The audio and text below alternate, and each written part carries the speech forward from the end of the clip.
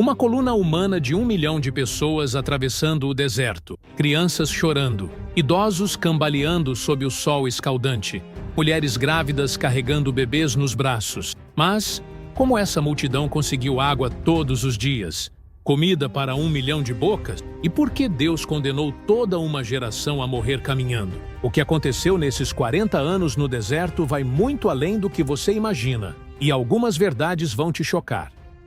600 mil homens a pé, fora mulheres e crianças. Êxodo 12:37 não está falando de uma família fugindo no meio da noite. Estamos falando de mais de 1 milhão de pessoas saindo do Egito de uma só vez. Uma nação inteira em movimento. Para você ter ideia da dimensão, se essa multidão caminhasse em fila indiana, a fila teria mais de 300 quilômetros de comprimento. Quando os primeiros chegassem ao destino, os últimos ainda estariam saindo do Egito, mas não eram só israelitas. Êxodo 12:38 menciona uma grande mistura de gente que saiu junto. Egípcios, núbio, líbio, estrangeiros que decidiram seguir o Deus de Israel depois de verem as 10 pragas. Imagina a confusão de idiomas, culturas e costumes diferentes tentando sobreviver juntos no deserto. Como organizar essa massa humana? Moisés não inventou nada. Deus mesmo deu as instruções em Números 2. Cada tribo tinha sua posição específica ao redor do tabernáculo. Judá, Issacar e Zebulon acampavam ao leste. Rúben, Simeão e Gade ao sul. E por aí vai. Cada tribo marchava com sua própria bandeira. Números 2:2 fala de bandeiras conforme as insígnias. Não eram trapos sujos, tremulando no vento. Eram símbolos organizados, cores específicas, uma logística militar impressionante para a época. Quando chegava a hora de levantar acampamento, a coisa funcionava como um relógio. Primeiro, os levitas desmontavam o tabernáculo. Depois, as tribos do leste se moviam. Em seguida, as do sul carregando os objetos sagrados. As do oeste e do norte fechavam a retaguarda. Uma operação dessas hoje exigiria helicópteros, GPS, comunicação via rádio. Eles faziam isso apenas com sinais de trombeta e fumaça durante o dia, fogo durante a noite. Mas aqui vem o detalhe que ninguém conta. Essa organização não aconteceu do dia para a noite. Demorou tempo, erro, mortes. Muita gente não aguentou a pressão e morreu pelo caminho antes mesmo de chegarem ao Sinai. E isso era só o começo. Porque sobreviver no deserto com 1 milhão de pessoas não é questão de organização, é questão de milagre diário. E esses milagres estavam apenas começando. 1 milhão de pessoas precisam de água, todo dia. Você já pensou nisso? Um adulto precisa de pelo menos 2 litros de água por dia, só para não morrer. Multiplica por 1 milhão. São 2 milhões de litros diários, no deserto do Sinai, onde não chove quase nada e os poços são raros. 3 dias depois de cruzarem o Mar Vermelho, a água acabou. O povo estava desesperado. Êxodo 15:22 diz que encontraram água em Mara, mas era amarga, intragável. As pessoas murmuraram contra Moisés. O que havemos de beber? Aí aconteceu o primeiro milagre da água. Deus mostrou uma árvore para Moisés. Ele jogou a madeira na água e ela ficou doce. Simples assim. Uma árvore transformou águas tóxicas em água potável para 1 milhão de pessoas. Mas o milagre maior veio depois, em Refidim. Êxodo 17:6 conta que Moisés bateu numa rocha com a vara e jorrou água. Não foi um fiozinho d'água. Foi o suficiente para matar a sede de toda aquela multidão. Paulo, em 1 Coríntios 10:4, fala que essa rocha os acompanhou durante toda a jornada. 40 anos de água fresca jorrando no meio do deserto. Agora vamos falar de comida. Êxodo 16:4 registra a promessa de Deus. Eis que vos farei chover pão dos céus. E choveu literalmente. Todas as manhãs, menos no sábado. O chão estava coberto por uma substância fina, parecida com geada. O maná tinha gosto de bolo de mel, segundo Êxodo 16:31. Números 11:8 dá mais detalhes. O povo moía em moinhos, pisava em pilões, cozia em panelas e fazia bolos. O sabor lembrava azeite fresco. Cada pessoa podia coletar um gomer por dia, cerca de 2,2 litros. Nada de estocar. Se guardassem para o dia seguinte, apodrecia e criava bicho. Só no sexta-feira, a regra mudava. Êxodo 16:22 conta que nesse dia eles colhiam dobrado. 2 gômeres por pessoa, e o maná do cesta durava até o sábado sem estragar. Era o sistema de racionamento mais eficiente da história. Mas às vezes o povo enjoava.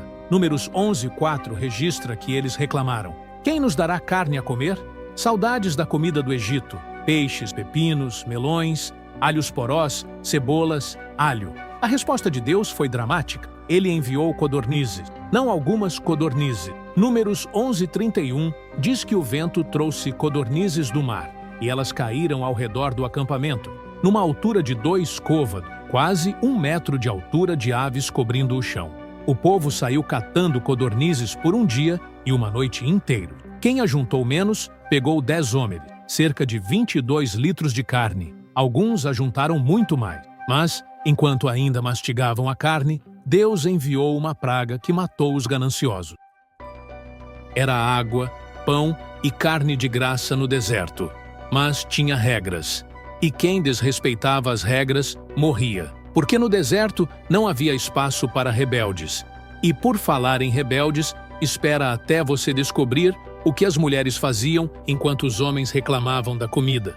Enquanto os homens ainda estavam processando o que havia acontecido, Miriam liderou todas as mulheres numa celebração épica. Tamborins, danças, cânticos de vitória. Ela não era apenas a irmã de Moisés, era uma profetisa, uma líder por direito próprio. Miqueias 6:4 coloca Miriam ao lado de Moisés e Arão como uma das 3 pessoas que Deus enviou para tirar Israel do Egito. Mas liderança no deserto tinha um preço alto. Números 12 conta que Miriam e Arão criticaram Moisés por ter se casado com uma mulher cuxita. Parecia uma fofoca familiar boba, mas por trás estava uma tentativa de golpe. Porventura falou o Senhor somente por Moisés? Não falou também por nós? A resposta de Deus foi imediata e brutal. Miriam ficou leprosa na hora, branca como neve. Arão, que também criticou, não foi tocado. Apenas ela. Moisés intercedeu por sua irmã, mas Deus disse que ela ficaria de fora do acampamento por 7 dias. Uma humilhação pública devastadora. O mais impressionante? Números 12:15 diz que todo o povo esperou. Mais de 1 milhão de pessoas pararam a jornada por causa de uma mulher. Isso mostra o respeito e a influência que Miriam tinha. Décadas depois, outras mulheres fariam história no deserto. As 5 filhas de Zelofeade: Maalá, Noa, Hogla, Milca e Tirza. Números 27:1 conta que elas se apresentaram diante de Moisés, do sacerdote Eleazar, dos príncipes e de toda a congregação. O caso delas era simples. O pai morreu no deserto sem deixar filhos homens. Pela lei da época, a herança se perderia. Mas elas argumentaram: por que se tiraria o nome de nosso pai do meio de sua família, por não ter tido filhos? Dá-nos possessão entre os irmãos de nosso pai. Era uma revolução jurídica. Mulheres reivindicando direitos de herança numa sociedade patriarcal. Moisés não sabia o que fazer e consultou a Deus. A resposta veio em Números 27:7. As filhas de Zelofeade falam justamente: certamente lhes darás possessão de herança entre os irmãos de seu pai. Elas ganharam. E mais, Deus criou uma nova lei para casos similares no futuro. Mas a vida das mulheres no deserto não era só liderança e conquistas legais. Era também sobrevivência prática. Êxodo 16:16 mostra que cada um deveria coletar maná, conforme o que cada um pode comer. As mulheres organizavam a coleta para suas famílias, moíam o maná, cozinhavam, cuidavam dos filhos. E quando nasciam bebês no deserto, como faziam partos sem hospitais, sem anestesia, sem estrutura médica? A Bíblia não dá detalhes, mas o fato é que a população cresceu durante os 40 anos. Crianças nasceram, cresceram e se tornaram adultos, caminhando pelo deserto. As mulheres também participavam dos rituais religiosos. Êxodo 38:8 menciona que elas doaram seus espelhos de bronze para fazer a bacia do tabernáculo, um sacrifício pessoal significativo, numa época sem lojas de cosméticos. Mas nem tudo eram flores. Algumas mulheres se envolveram nos piores escândalos do deserto, e esses escândalos quase destruíram a nação inteira. Porque quando 1 milhão de pessoas vivem juntas por 40 anos, a organização e as leis precisam ser mais rígidas que qualquer exército. Moisés estava no limite do esgotamento. Êxodo 18:13 pinta o quadro. Desde a manhã até a tarde, uma fila imensa de pessoas esperando para falar com ele. Brigas de vizinhos, disputas comerciais, questões de herança, casos de traição conjugal. Mais de 1 milhão de pessoas e apenas um juiz para resolver tudo. Jetro, sogro de Moisés, viu aquela loucura e disse o óbvio: não é bom o que fazes, totalmente desfalecerás. Assim tu, como este povo que está contigo. A solução dele foi genial e está registrada em Êxodo 18:21. Escolher homens capazes, tementes a Deus, homens de verdade, que aborreciam a avareza, constituí-los por chefes de 1000, chefes de 100, chefes de 50 e chefes de 10. Era uma pirâmide de comando militar adaptada para a justiça civil. Cada grupo de 10 famílias tinha um líder. Cada 5 líderes de 10 respondiam a um chefe de 50. 2 chefes de 50 respondiam a um chefe de 100. 10 chefes de 100 respondiam a um chefe de 1000. Casos simples eram resolvidos nos níveis mais baixos. Disputas complexas subiam na hierarquia. Apenas os casos impossíveis chegavam até Moisés. Um sistema que funcionou por 40 anos no deserto e influenciou sistemas jurídicos até hoje. Mas quem eram esses juízes? Deuteronômio 1:15 diz que Moisés escolheu homens sábios e entendidos. Não eram políticos eleitos ou nobres hereditários. Eram pessoas reconhecidas pela comunidade como justas e capazes. A organização militar seguia a mesma estrutura. Números 31 e 14 menciona capitães de milhares e capitães de centenas. Quando Israel precisava ir à guerra, os chefes civis viravam comandantes militares automaticamente. Era um exército-nação em movimento constante. Os levitas tinham um papel especial nesse sistema. Números 3:6 diz que eles foram dados a Arão para ajudar no serviço do tabernáculo. Mas não eram apenas sacerdotes, eram também a polícia religiosa de Israel. Deuteronômio 17:9 estabelece que casos envolvendo homicídio, direitos ou ferimentos deveriam ser levados aos sacerdotes levitas e ao juiz que houver naqueles dias. Eles tinham autoridade para julgar crimes graves e questões rituais. Quando alguém cometia sacrilégio ou blasfêmia, eram os levitas que executavam a sentença. Êxodo 32:26-28 mostra isso claramente. Depois do episódio do bezerro de ouro, Moisés convocou os levitas e disse: cada um mate a seu irmão, e cada um a seu companheiro, e cada um a seu vizinho. Eles mataram cerca de 3.000 homens naquele dia. Era justiça rápida e fatal. Sem recursos, sem apelações, sem prisões para cumprir pena. No deserto, crimes graves resultavam em morte imediata ou expulsão do acampamento, que dava no mesmo. Levítico 24:14 registra o protocolo para execuções. Tira o que tem blasfemado para fora do arraial, e todos os que o ouviram ponham as suas mãos sobre a sua cabeça, e toda a congregação o apedrejará. Era participação coletiva obrigatória. Ninguém podia dizer depois que não sabia ou que não concordava. Toda a comunidade tinha que assumir a responsabilidade pela execução.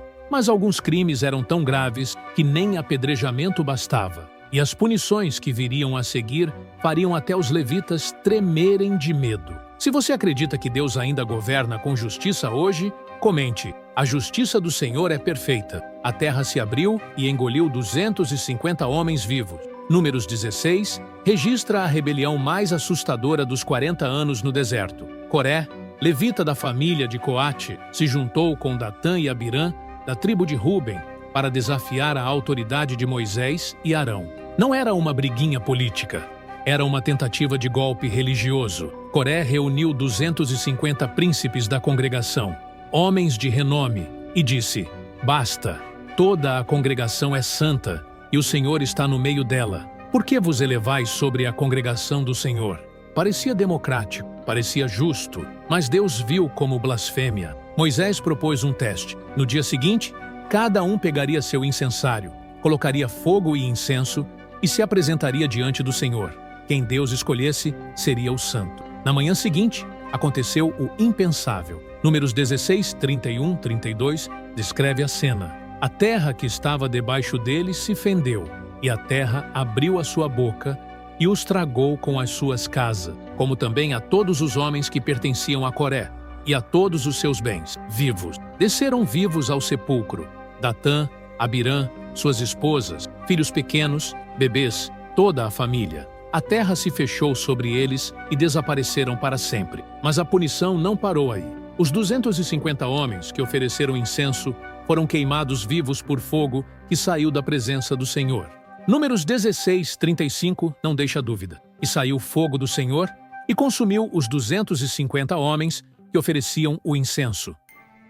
No dia seguinte, o povo teve a audácia de reclamar: vós matastes o povo do Senhor. A resposta de Deus foi uma praga que matou mais 14.700 pessoas. Só parou quando Arão correu pelo meio do acampamento com incenso, fazendo expiação entre os vivos e os mortos. Mas nem toda a punição era tão dramática. Números 15, 32 e 36 conta o caso do homem que ajuntou lenha no sábado. Parece crime menor, certo? Errado. Eles o trouxeram diante de Moisés, Arão e toda a congregação.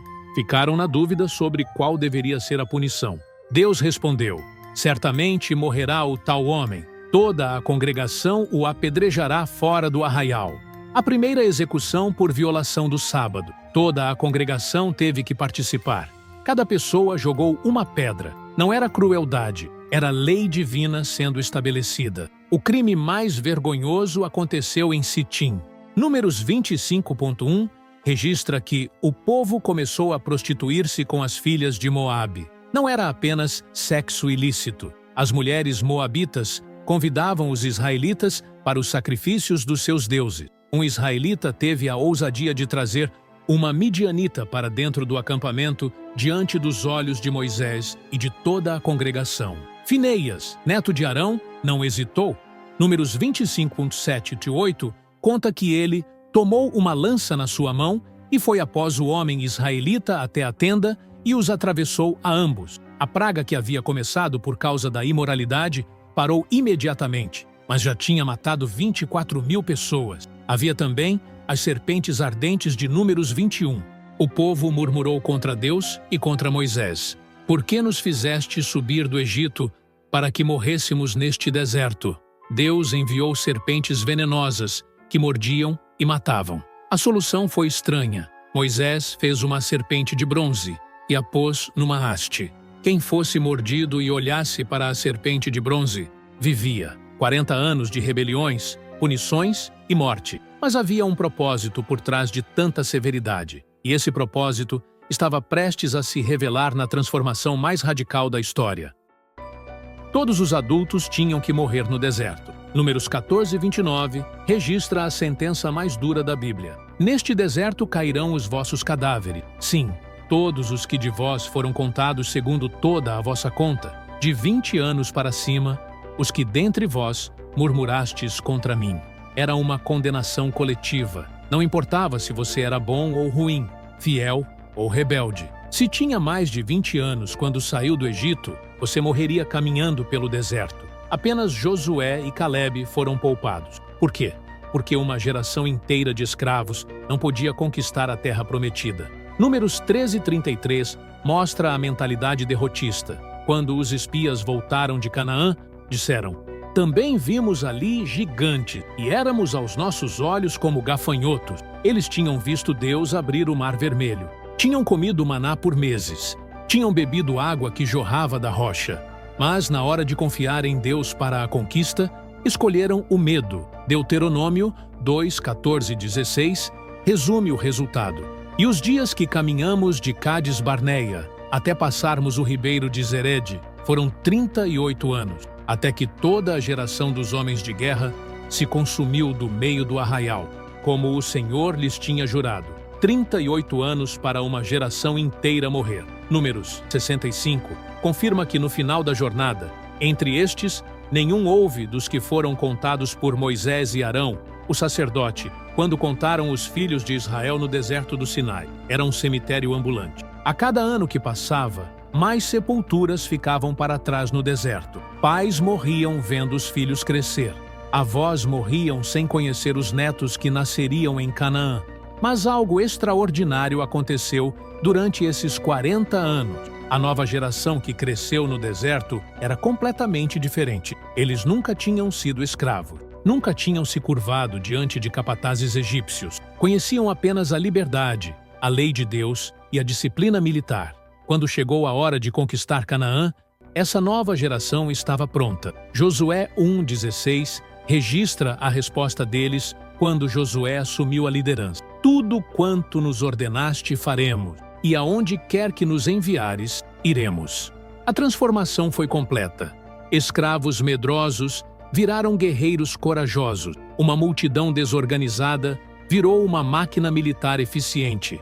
40 anos de disciplina no deserto tinham forjado uma nação conquistadora. Os últimos líderes da geração antiga morreram no final da jornada. Números 21 registra a morte de Miriam em Cádiz. Números 20 e 28 conta que Arão morreu no Monte Hor aos 123 anos. Deuteronômio 34:7 diz que Moisés morreu aos 120 anos e os seus olhos nunca se escureceram nem perdeu o seu vigor. Moisés viu a terra prometida do Monte Nebo, mas não pôde entrar. Sua missão era livrar Israel do Egito e transformá-los numa nação. Missão cumprida. Deuteronômio 34:10. Encerra a história com uma declaração impressionante. E nunca mais se levantou em Israel profeta algum, como Moisés, a quem o Senhor conhecera face a face. E se você achou essas punições no deserto impressionantes, espere até descobrir o que aconteceu com as cidades mais perversas da Bíblia. Então clique aqui na tela para assistir às cidades mais pecadoras da Bíblia, lugares que fizeram Deus se arrepender da criação.